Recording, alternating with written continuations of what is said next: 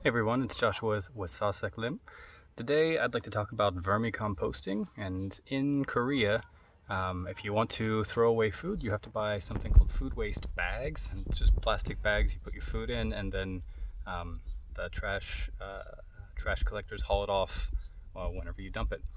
So these food waste bags, first off, are a little bit expensive, and they're just plastic bags. So essentially you're just wasting a lot of, first off, food scraps and plastic. So I didn't really like that.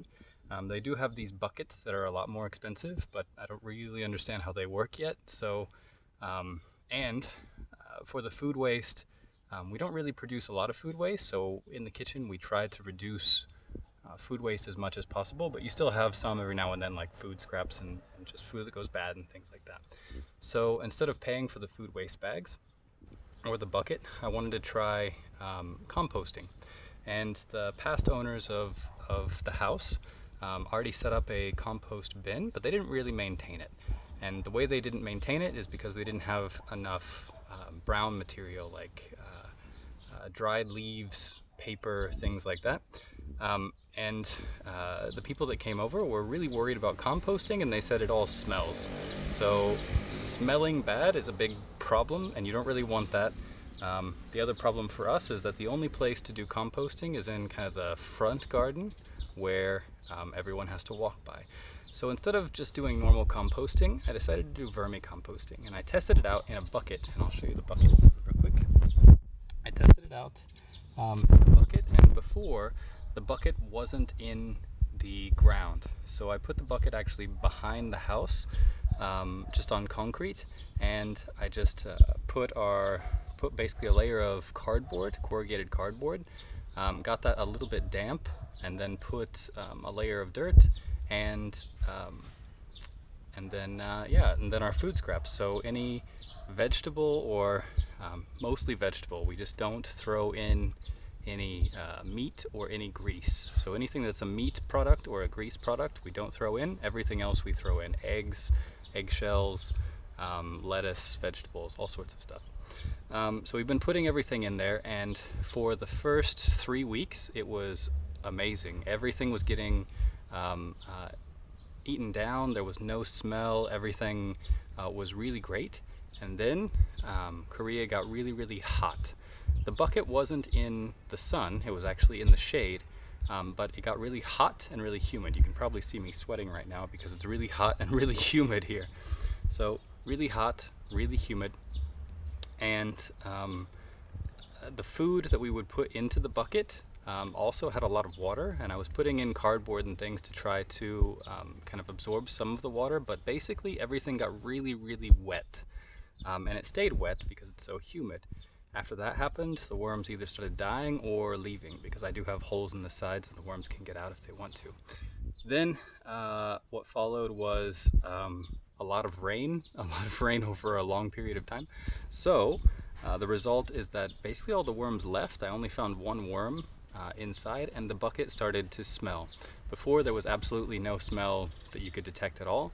And then after the worms left, after about a week, then you could start to smell something. And then instead of continually buying new worms, what I decided to do, or to try, is to actually bury the bucket. So there are holes in the sides of the bucket that worms can get into, and I dug out a space for a bucket in the garden. This is just the bucket, I haven't mixed it up. I put another layer of dirt on the top of it because I've put some worms back in there, but I'm gonna mix it up in a second. And the idea is that the worms can go in and out of holes in the side of the bucket that were originally for aeration, or getting some oxygen in there. So worms can go in and out if they want to. If they want to leave, they can, but there'll still be some food in here for them whenever they want. So hopefully we still get some composting going on, but hopefully I don't actually have to manage the worms. The worms will just come and go as they want, and then all of this should turn into dirt. So I'll show you an example. This top layer is just new dirt from surrounding, and then we have some stuff that's basically starting to rot underneath. Yeah, so here's some kind of stinky, starting to get stinky, rotting food. Still in pretty big chunks. And then we have some paper, some tomatoes, things like that that went bad. Apparently an egg that was not good for some reason. Okay, and then some scraps. And then you can see I do have a worm in here now that are hopefully going to eat up all this stuff. So what I'm trying now is to have vermicomposting with a bucket actually in the ground.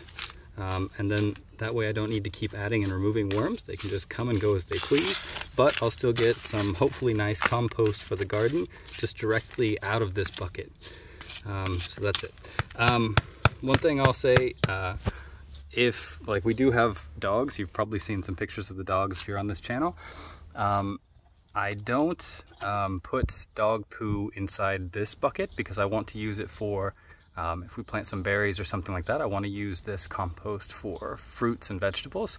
I am starting another bucket, and I heard that worms will also compost dog poo, which we have a lot of. So instead of throwing that away also in plastic bags, I would like to just compost it and then use it for trees or whatever else we're going to plant. There she is. She makes so much poo. So that's the idea. So far, vermicomposting, whenever it worked really, really well. So I want to keep doing it. It's saved us, I think, so far, not a lot, but a little bit in buying the plastic bags for food waste. And we get out of it some pretty decent dirt. This isn't completely composted, but some of it at the bottom actually is near. But the stuff at the top isn't ready at all yet. So I'll let you know how well the in-ground bucket works, and that's it for today. I'll keep you posted on vermicomposting, and I hope you can do something like this. You can manage this type of system in your house, because whenever it's working, like I said, there is no smell. So a lot of people that I talked to were just worried about the smell, and whenever it was going great. The only thing is you have to add a lot of paper and things that will absorb the moisture as much as possible. So that's it for today. From Sasak Lim, thank you very much.